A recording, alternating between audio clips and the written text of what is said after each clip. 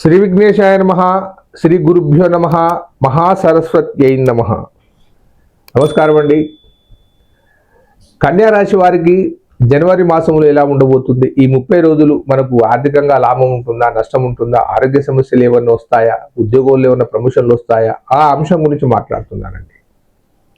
కన్యారాశి వారు ఎవరైతే ఉంటారో ఉత్తర 3 పాదాలు, హస్త 4 పాదాలు, చిత్త 2 పాదాలు కలుపుకుంటే కన్యారాశిలోకి వస్తాడు.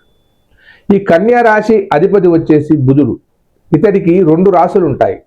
ఒకటి కన్యారాశి, రెండవది మిథున రాశి. ఈ కన్యారాశి వారు ఎవరైతే ఉంటారో ఉత్తర 3 పాదాల వారు కెంపును కనుక 3 క్యారెట్లలో ఉంగరం కానీ లాకెట్ కానీ ధరిస్తే చాలా బాగా ఉంటుంది. ఇక హస్త 4 పాదాల వారు ముత్యాన్ని, మంచి ముత్యాన్ని 3.5 క్యారెట్లు లాకెట్లో కానీ ఉంగరంలో కానీ ధరించండి.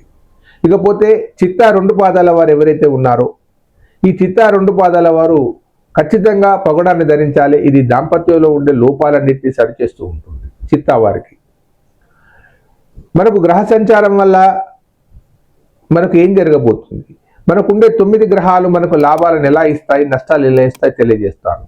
రవి చతుర్థ స్థానంలో ఉన్నాడు. రవి ఎప్పుడైనా కానీ 3, 6, 11 స్థానాలలో ఉన్నప్పుడు చాలా లాభం చేకూరుస్తాడు. కానీ 4వ ఇంట్లో ఉన్నప్పుడు, ఎవరి రాశి కన్యా రాశి నుంచి 4వ ఇంట్లో ఉన్నప్పుడు ఏం జరుగుతుందంటే కుటుంబంలో కొద్దిగా సమస్యలు వస్తాయి. వాళ్ళ కుటుంబంలో సమస్యలు వస్తూ ఉంటాయి. దాంతోపాటు విద్యార్థులకు చదువు పట్ల అవగాహన లోపిస్తుంది. వారు చదవాలని అనుకున్నా కానీ చదవరు, ఏదో కాలక్షేపం చేస్తూ ఉంటారు. వాహనాలు నడిపేవారు జాగ్రత్తగా ఉండవలసిన అవసరం ఉంది. 4వ స్థానం ఏదైతే ఉందో అది వాహనానికి సంబంధించింది. గృహములో చిందరవందరగా ఉండే అవకాశం ఉంది. తగు జాగ్రత్తలలో ఉంది. కుజుడు కూడా చతుర్థ స్థానంలో ఉన్నాడు. మనకు 4 గ్రహాలు 4వ వెంట ఉన్నాయి. 4 గ్రహాలు 4వ వెంట ఉంటే కుజుడు కూడా అతడు 3, 6, 11 స్థానాలలో ఉన్నప్పుడే లాభాన్ని చేకూరుస్తాడు. 4వ స్థానంలో ఉన్నాడు కాబట్టి అంత పెద్దగా లాభాన్ని చేకూర్చాడు.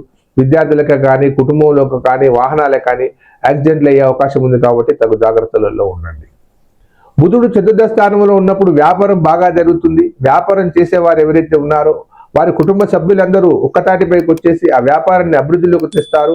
ఆర్థికంగా కూడా వెసులుబాటు బాగా జరుగుతూ ఉంటుంది.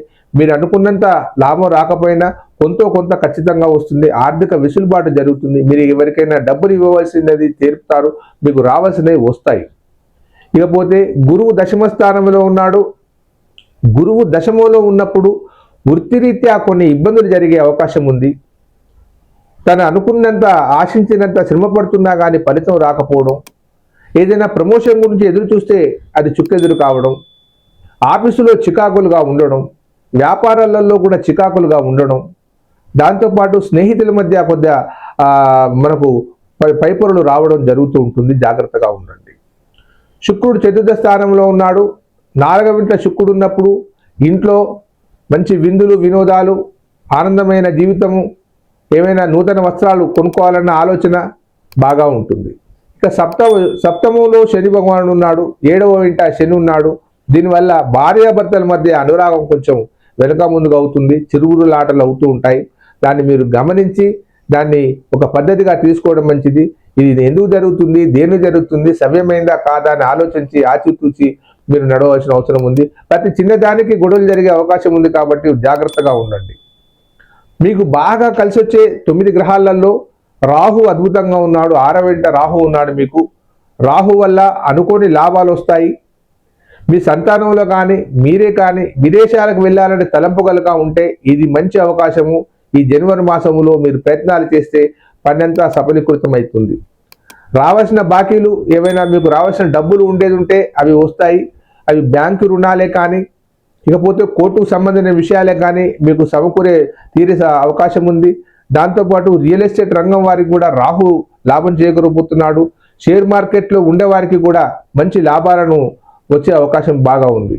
ఇకపోతే చివరిగా కేతువు ద్వాదశ స్థానంలో ఉన్నాడు. కేతువు ద్వాదశ స్థానంలో ఉన్నప్పుడు అంత లాభాన్ని చేకూర్చడు, అంత నష్టాన్ని కూడా చేకూర్చడు. కేతు వల్ల మీకు జరిగేది లేదు, లాభం జరిగేది కూడా లేదు.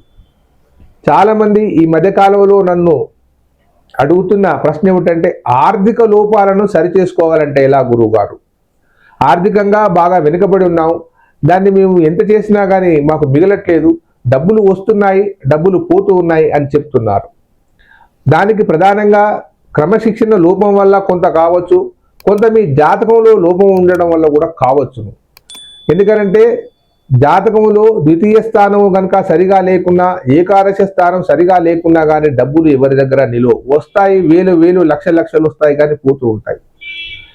ఇప్పుడు నడుస్తున్న దశ ఏమిటి?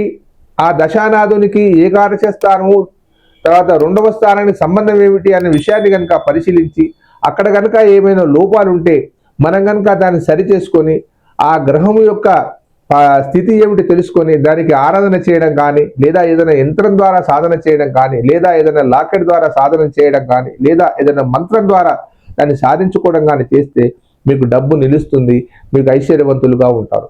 కాబట్టి మీకు ఏదైనా జాతకములో సమస్యలుగా అనిపించినప్పుడు వివాహాలే కానివ్వండి, ఆర్థిక విషయాలే కానివ్వండి, కుటుంబ తగాదలే కానివ్వండి, ఏదైనా కానీ దానికి జ్యోతిష్యం కొంత పరిష్కారం చూపెడుతూ ఉంటుంది.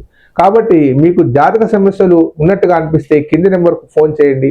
దయచేసి లైక్ చేయండి, షేర్ చేయండి. ఉంటానండి, మీ ప్రకాష్ గురు. సర్వే జన సుఖినో భవంతు.